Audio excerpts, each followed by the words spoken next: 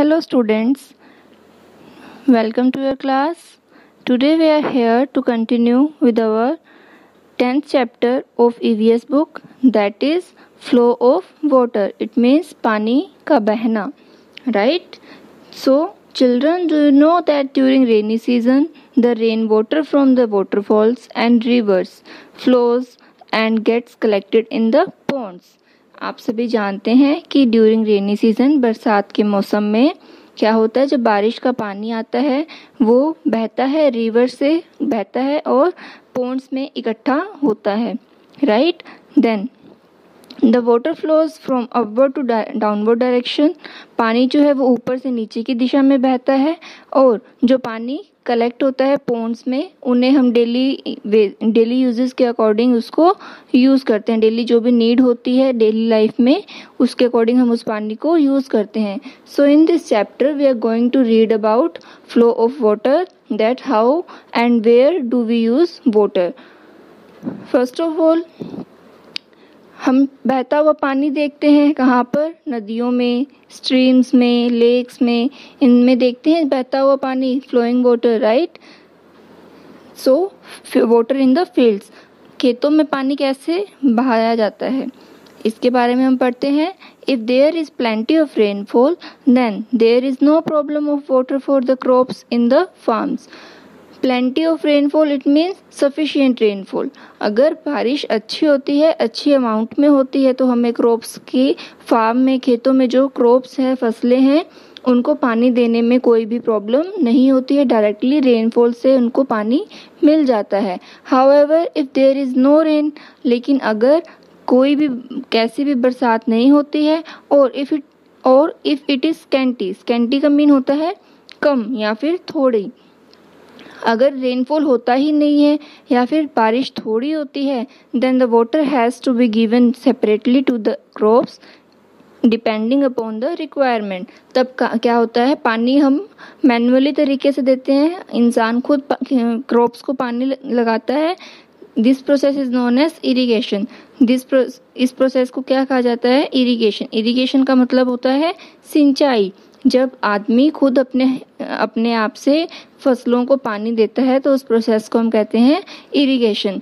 Irrigation के लिए पानी कहाँ से अवेलेबल होता है, तो इरिगेशन के लिए पानी हमें मिलता है रिवर से, कैनाल से, ponds and water of rainfall. इन सब के लिए पानी हमें, इरिगेशन के लिए पानी कहाँ से मिलता है, canals, reverse, Pond's and water of rainfall. And what effort, हमें एंटायर फील्ड में सफिशिएंट अमाउंट में पानी देने के लिए क्या करना चाहिए, हमें फाउंटेन प्रोसेस को अप्लाई करना चाहिए। फाउंटेन प्रोसेस से क्या होता है, पानी सफिशिएंट अमाउंट में क्रॉप के हर एक पार्ट में पहुंचता है, राइट। अब हम देखते हैं कि फाउंटेन तो लग गया, लेकिन कई बार क्या होता है, हम देखते हैं ट्यूबवेल से भी इरिगेशन होती है। ट्यूबवेल से कैसे होती है, ट्यूबवेल या फिर और मोटर्स का यूज़ किया जाता है। पाइपलाइंस बिछा दी जाती है क्रॉप्स के बीच बीच में और उनके थ्रू वहाँ पर क्रॉप्स में पानी पहुँचाया जाता है। कई बार हम देखते हैं कि पानी जो है वो ग्राउंड वाटर होता है, लाइक वेल्स में, स्टेप वेल्स में होता है, तो उसके लिए उस पानी से भी हम इरिगेशन करते हैं। तो वो हम कैसे कर पाते हैं, क्योंकि पानी वेल्स में तो बहुत डीप में होता है ना, गहराई में होता है, तो हम कैसे इरिगेशन करते हैं। तो we know that the underground water is found at lower level below the ground. हम जानते हैं कि अंडरग्राउंड वाटर जो है वो बहुत ही निचली सतह पर होता है ग्राउंड की।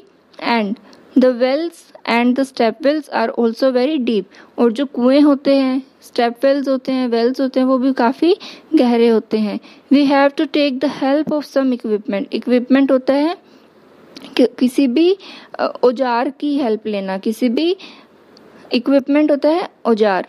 तो किसी भी इक्विपमेंट की हेल्प लेके हम उस पानी को बाहर निकालते हैं और खेतों में सप्लाई करते हैं। इसी तरह से इस मेथड का यूज़ हम राहत में भी करते हैं। राहत के बारे में हम आगे पढ़ेंगे, उससे पहले हम पढ़ते हैं less and more requirement.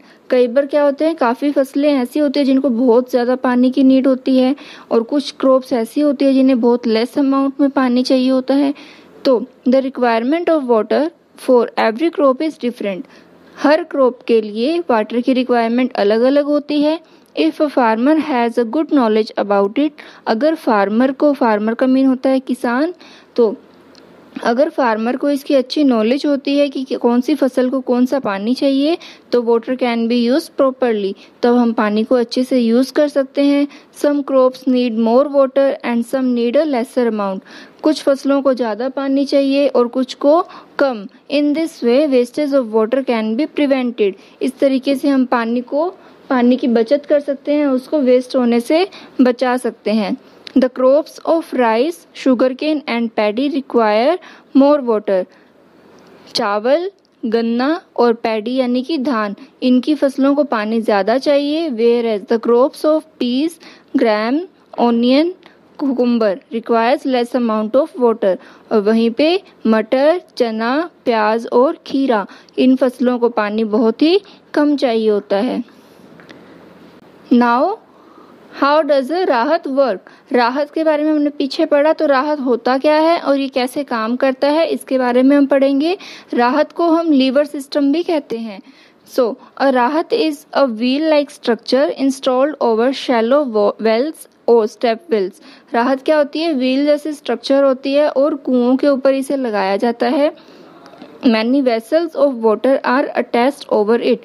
Vessels होती है कंटेनर या फिर जार जिसमें पानी कलेक्ट किया जाता है। तो इस पे क्या होता है, इस व्हील पे काफ़ी वेसल्स को अटैच किया जाता है। when they enter the water inside the well, जब क्या करते हैं ये कंटेनर्स या फिर ये वेसल्स जो होती है, राहत रोटेट करता है। रोटेशन से क्या होता है, वो उसमें पानी भरेगा, वो नीचे जाएगी तो पानी भरेगा उसमें, एंड जब वो ऊपर आएगी तो ऊपर आने पे उसमें से पानी गिरेगा। और वो पानी कहाँ गिरेगा? पानी गिरेगा पैरपेट पे। पैरपेट होता है एक वे बनाया होता है क्रॉप्स तक पानी पहुंचाने के लिए, उस पे पानी गिरेगा और पानी कहाँ जाएगा? क्रॉप्स तक जाएगा। सो when they enter the water inside the well, the vessels get filled with water. जब ये vessels पानी में जाती है तो पानी से भर जाती है। when the vessels come out from the well, they move from upward to downward direction when the wheel rotates and the water continuously falls on the parapet of the well. It means पानी क्या हुआ? Vessels में भरा जाएगा, जब rotate करेगा it means वो घूमेगा, व्हील जब घूमेगा तो क्या होगा, उसमें उसके ऊपर जो वेसल्स अटैच्ड है उस पर पानी इकट्ठा होगा और ऊपर आने पर वो पानी पैरपेट पे गिरेगा और वहाँ से वो क्रॉप्स तक पहुँचाया जाएगा।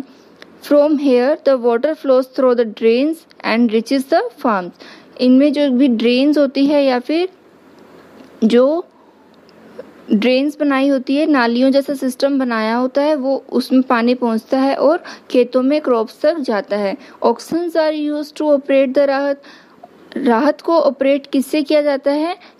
ऑक्शन से, इट मीन्स बैल से। इसीलिए राहत में एनिमल लेबर यूज होती है, एनिमल का यूज किया जाता है इसको चलाने के लिए। As oxen move in circular path, if a sugarcane juice extracting machine is placed in the center, then the juice can be obtained. क्या होता है, अगर जब ऑक्सन सर्कुलर पाथ में मूव करता है जैसा कि आपको डायग्राम में दिखाया गया है, तो क्या होगा, इसके बीच में अगर sugarcane juice extracting machine लगाई जाए, यानी गन्ने का जूस निकालने वाली मशीन लगाई जाए, तो हम गन्ने का जूस भी ऑब्टेन कर सकते हैं। और if a ghani machine for extracting of mustard oil is placed in the center, then mustard oil can also be extracted. घनी मशीन होती है जिससे हम मस्टर्ड, इट मीन्स सरसों का तेल निकालते हैं, तो अगर उस मशीन को भी बीच में प्लेस किया जाए तो हम सरसों का तेल भी एक्सट्रैक्ट उसका निकाल सकते हैं। This is called killing two birds with one stone. इसे कहते हैं एक तीर से दो निशाने लगाना। इट मीन्स हम राहत का भी यूज करेंगे, इससे एनिमल लेबर से क्या होगा, पानी भी फार्म में जाएगा, एंड सेकेंड थिंग क्या होगी, हम ऑयल या फिर जूस एक्सट्रैक्ट भी ऑब्टेन कर सकते हैं। Nowadays, the electric motors are more frequently used, due to which the use of oxen is reduced. आज के टाइम पे क्या होता है, इलेक्ट्रिक मोटर्स का यूज होने लगा है जिससे एनिमल लेबर कम हो गई है और ऑक्सन का यूज भी कम हो गया है। Presently, some of the people are doing several small experiments by generating electricity with a dynamo which is operated by oxygen. Still, more research is required in this field. आज के time पे क्या होता है कि बहुत से लोग काफ़ी एक्सपेरिमेंट्स कर रहे हैं इलेक्ट्रिसिटी जनरेशन से फील्ड्स में पानी पहुंचाने तक का, जिससे कि ऑक्सीजन का यूजेस भी कम हो जाएंगे और पानी भी फार्म तक पहुंच जाएगा। डायनामो क्या होता है? डायनामो होता है फिजिकल एनर्जी को इलेक्ट्रिक एनर्जी में कन्वर्ट करने वाली मशीन। जैसे ऑक्सीजन क्या होती है? फिजिकल एनर्जी लगाती है अपनी, उस एनर्जी को इलेक्ट्रिकल एनर्जी में कन्वर्ट करने का काम डायनामो से होता है और इसका यूज़ किया जा रहा है ताकि एनिमल लेबर को कम किया जा सके। So it was about our chapter in which we read about water always flows down the slope. पानी जो है वो ढलान की तरफ बहता है, it means upward to downward direction flow करता है. And the next thing, the underground water used for irrigation purposes is extracted from the ground by different methods. कि irrigation means सिंचाई के लिए जो पानी यूज़ किया जाता है वो ग्राउंड से काफ़ी अलग अलग तरीक़ों से निकाला जाता है, जैसे ट्यूबवेल, हेडपम्प्स, राहत, फाउंटेन, पाइपलाइन, इन सब का यूज़ करके हम ग्राउंड वाटर को ऑब्टेन करते हैं। So I hope you have understood it very well. Thank you. Save water, save life.